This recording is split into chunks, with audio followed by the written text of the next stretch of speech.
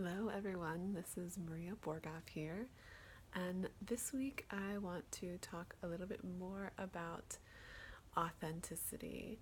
And speaking from my own personal experience, as I always do, something that I have been reminded of today is the need to not have to do anything. And by that, I mean that I don't have to do anything to be authentic. So, what do I mean by that? Well, a lot of times I will hear myself say, oh, like I have to do this, or I should do this, or I'm supposed to act this way. This is what people are expecting of me. And when I start saying those things, what comes after those phrases, if I say something like, I should do this, most often, whatever follows, whatever I am feeling that I should do, whatever I feel like I have to do, most often that's coming from some external place. I have been socially conditioned.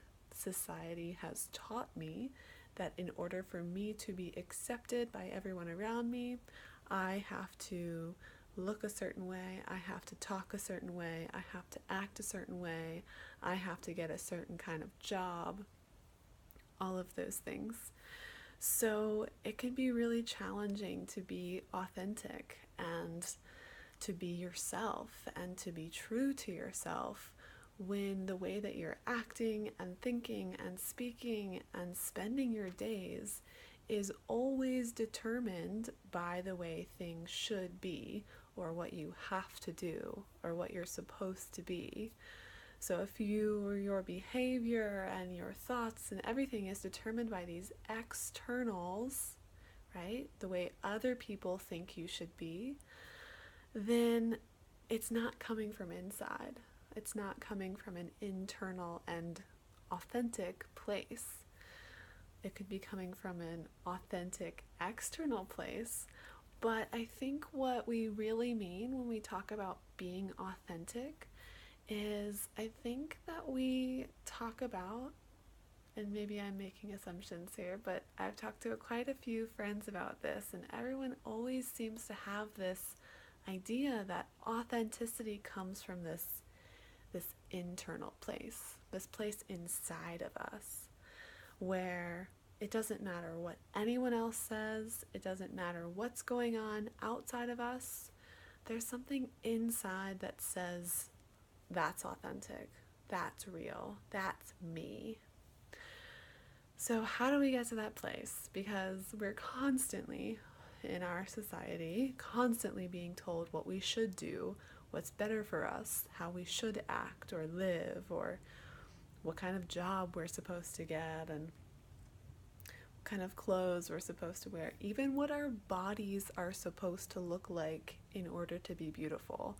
I mean, I can't even keep track of all of the things I have been taught is better for me. So how do we get past that? Well, it's a good question. Well, I think for me, today I realized that if I feel like I'm faking it,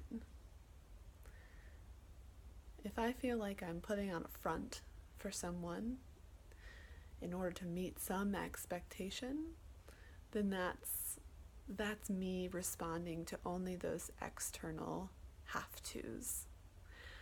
But if I feel like I'm not faking it, if I hear my voice and I'm like, that's my voice, or if I do something and it doesn't feel like I have to try too hard, it doesn't feel like I'm having to do anything, it comes easier, it comes more naturally, then that's when I know that I'm kind of in line and moving from a more internal space.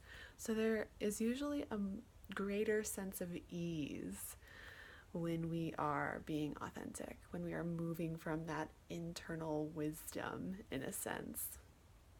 So I don't know if this resonates with you, but But I think that's kind of the biggest thing that I'm realizing is that being authentic, it should not be hard. It might be hard to express that authenticity because sometimes there's a lot of fear around that, but actually being authentic and knowing what's faking it or not faking it, knowing what you are supposed to be doing, and then what actually feels easy and natural, that distinction, it's not, it shouldn't be hard. So a good practice, a good exercise to make that distinction a little bit easier, to know whether you're acting on something because you want to or because someone else wants you to, is to listen. So we have to be always listening. And when we are talking to someone, that's a kind of very obvious form of listening, but a good way to practice it is what I like to call internal listening. So this is a form of meditation, but you can do this at any part of the day. So let's say that you are deciding on what you want to wear in the morning, or you're deciding on what you want to eat, or any kind of small decision like that. You can simply slow down and listen to the conversation that's happening in your head and try to feel it out. Are you doing something because it's the way you should do it? Or are you doing something because it's what's easier, what's more natural? Easier isn't the best word, but more natural for you and what makes you feel good. So yeah, think about that a little bit when you're making just really small decisions. It doesn't have to be big life decisions. And then once we get better at recognizing that dance between oh, this is what I'm supposed to do, oh, this is what I feel good doing, this is what's natural for me, this is what is me, this is me being authentic.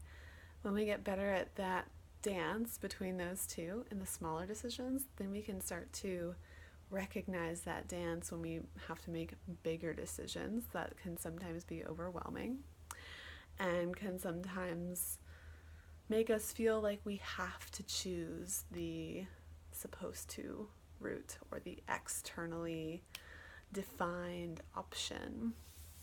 So, just another thought on how to be more authentic, how being authentic should feel like you're being natural, like you're just kind of stripping yourself down to the most raw and beautiful parts of yourself, and you are not afraid who sees it because there's nothing you can change about it anyway. It's who you are, and we just have to figure out how to love ourselves for that.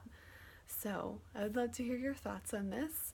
I'd love to hear your thoughts on external and internal influences and kind of voices that might have shaped some of your experiences, some of your choices, and how you kind of navigate deciding on things based on what other people say you should do and what that little voice in your heart tells you that you should do. So you can comment below this video, you can shout out to us through the online forum, and we will answer any questions that you have. And thanks for listening, and I'll see you next week.